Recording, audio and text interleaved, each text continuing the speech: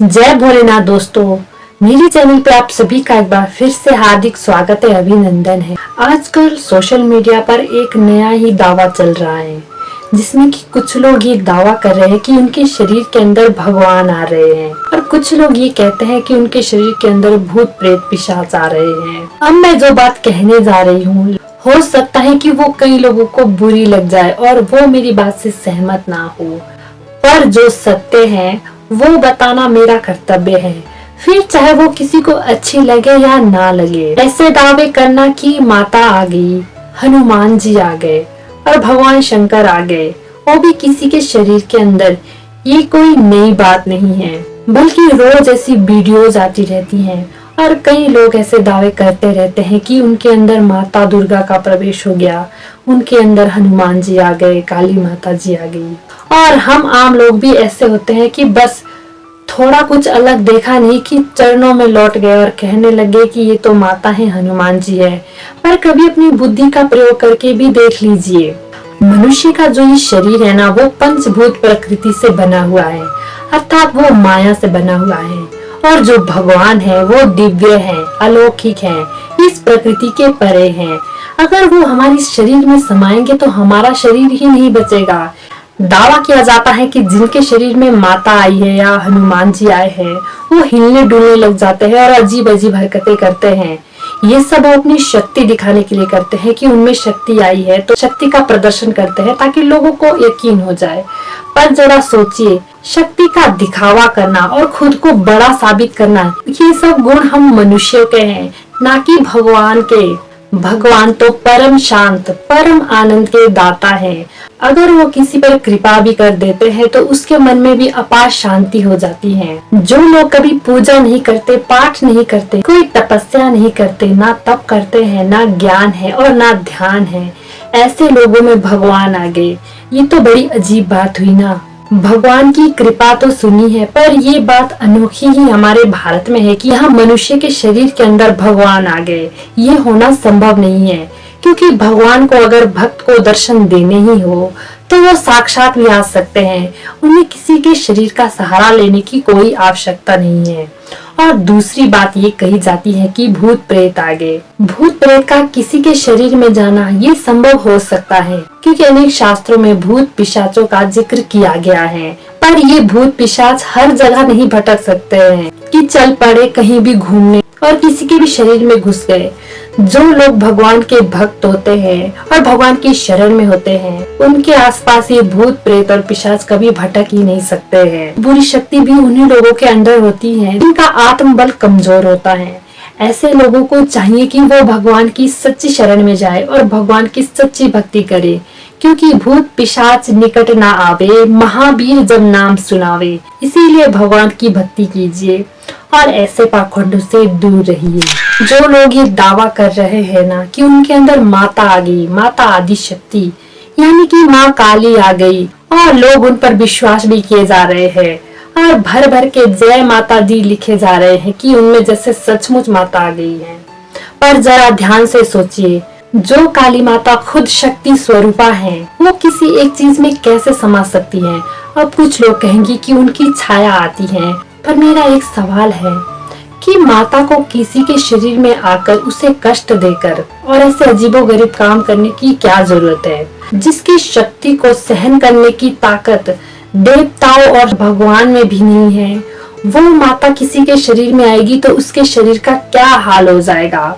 मैं जानती हूँ कि मेरी बातें कई लोगों को बुरी लग जाएगी और वो तो मुझसे ये भी कहेंगे कि यहाँ आ जाइए, हम आपको माता दिखा देंगे, वो आपकी कुंडली खोल देंगे, ऐसा वैसा। मैं खुद भी देवभूमि से हूँ, मैंने ऐसी बहुत सारी चीजें देखी हैं जो ये दावा करते हैं कि उनके अंदर देवता आ गए, उनके अंदर भगवान आ गए। पर मेरा सवाल है कि कैसे देवता और भगवान उनके अंदर आ गए कि जब उनके अंदर भगवान आते हैं, उन्हें अपनी शर्ट का भी ख्याल होता है कि वो कहीं जल ना जाए, उन्हें अपने फोन का भी ख्याल होता है कि कहीं वो टूट ना जाए। ज्यादातर लोग आजकल ये सिर्फ पाखंड कर रहे हैं, और कुछ लोग हो सकता है कि वो मानसिक रूप से बीमार हो, उन्हें हॉस्पिटल ले जाने की जरूरत है।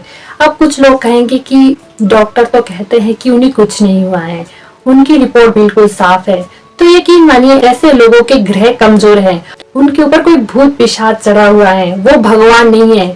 उसे भगवान के सानिध्य में जाने की जरूरत है। उसे तो असली भगवान से परिचय करना चाहिए, असली भगवान को जानने का प्रयास करना चाहिए। ऐसे अंधविश्वासों और पाखंडों के कारण ही आज लोग धर्म से भ्रष्ट हो रहे हैं और अपने ही धर्म को नहीं मानते हैं। जो लोग ऐसा अंधविश्वास फैला रहे हैं वो वास्तव में कभी धर्म को ना समझे है, ना उन्होंने गीता को पढ़ा है, ना उन्होंने वेदों को पढ़ा है और ना भगवान को जाना है। अगर वो जानते तो ऐसी बातें ना करते और ना ही ऐसा पाखंड फैलाते। अब कुछ लोग आकर मुझे भी भला बुरा कहेंगे कि तुम्हें कुछ नहीं पता है, भगवान तो शरीर में आते हैं। तो ऐसे लोगों से मैं बस इतना कहना चाहती हूँ कि आप लोग कुछ भी मानिए, इससे मेरा कुछ नहीं।